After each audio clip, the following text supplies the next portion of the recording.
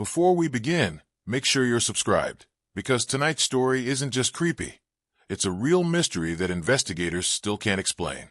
For decades, Route 217 in southern Arizona has been known for two things: long, empty desert roads and a small, sun-bleached roadside motel called the Red Lantern Inn.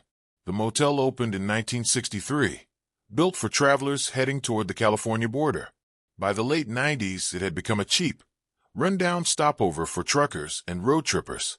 Nothing unusual, nothing special, until the night of July 22, 2004. That night became the reason the motel quietly shut down and never reopened. The guest who checked in at 11:07 p.m. The story begins with a traveler named Marcus Hale, a 32-year-old IT technician driving from New Mexico to Los Angeles. He was exhausted, running on no sleep, and decided to stop at the only open place for miles, the Red Lantern Inn. Security footage later confirmed it clearly.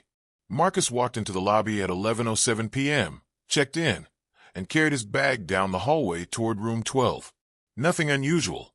He moved normally, looked tired, and nodded politely at the front desk clerk, Diane, who was finishing her shift. What happened after that is what made the motel infamous. Strange calls from an empty room.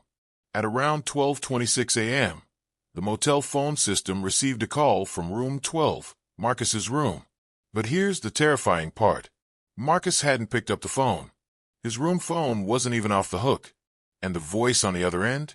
Diane later described it as someone whispering, as if they were standing too close to the receiver. She said the voice calmly repeated the same question 3 times. "Why did you open the door?" The line then went dead. Confused but thinking it might be a prank or phone glitch, Diane walked down the hallway to check on Marcus. As she approached room 12, she noticed something wrong. The door was wide open, the room lights were flickering, and the TV was turning on and off by itself.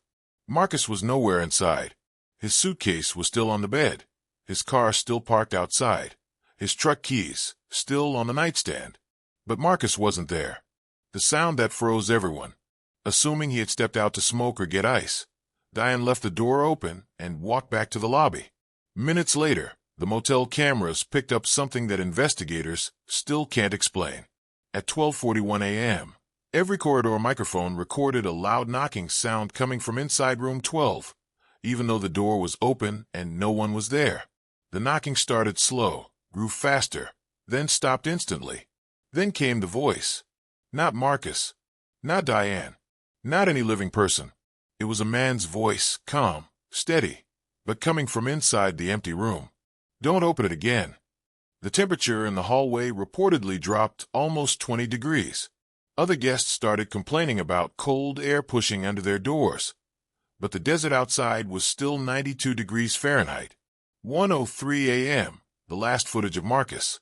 The next event is what turned this from a weird motel story into a national mystery. At 1:03 a.m., the security camera at the far end of the hallway, the one facing the emergency exit, captured Marcus walking slowly toward the exit door. Only one thing was wrong. He wasn't wearing the same clothes he checked in with. He was wearing a white undershirt, the same kind housekeeping found folded inside his suitcase. And he wasn't carrying anything, no luggage, no phone. He walked calmly toward the emergency exit. Then at the door he paused. His shoulders tensed, and he turned his head slightly, as if listening to someone behind him. The camera glitched for 0.8 seconds. When the picture returned, Marcus was gone.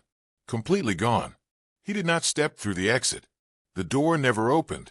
No motion sensor triggered. He simply wasn't in the frame anymore. The search that found only one thing. Police arrived at 2 a.m. They searched every part of the motel and the desert outside. No signs of struggle. No footprints. No forced doors. Nothing stolen. But in the hallway near room 12, they found one chilling detail. A second room key. An old key, stamped with a number that hadn't been used since the 1970s. Room 0. There's no room 0 at the Red Lantern Inn. At least, not anymore. What investigators later discovered. When the motel was built in the 60s, there was a room 0, a small storage room near the ground floor. It was sealed in 1979 after a tragic incident the motel never advertised. A long-haul trucker was found inside after suffering what investigators at the time labeled a stress-induced cardiac event. But witnesses said he was found standing upright, eyes open, facing the doorway as if something had terrified him in his final moments. The room was locked, sealed, and erased from the floor plan. Yet someone, or something, had left an old room 0 key outside room 12 the night Marcus vanished. The aftermath. The Red Lantern and shut down quietly in 2005. No final announcement. No explanation to the locals. Just boarded windows and a for sale sign that stayed up for 11 years. To this day, Marcus Hale has never been found.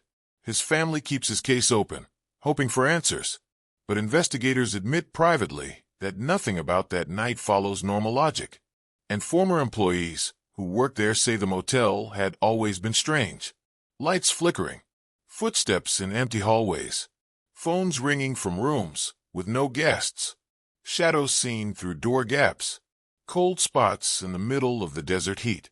But whatever happened on July 22, 2004, was different, and it was final.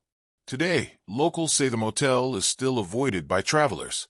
People claim they see a man in a white shirt standing at the boarded emergency exit door.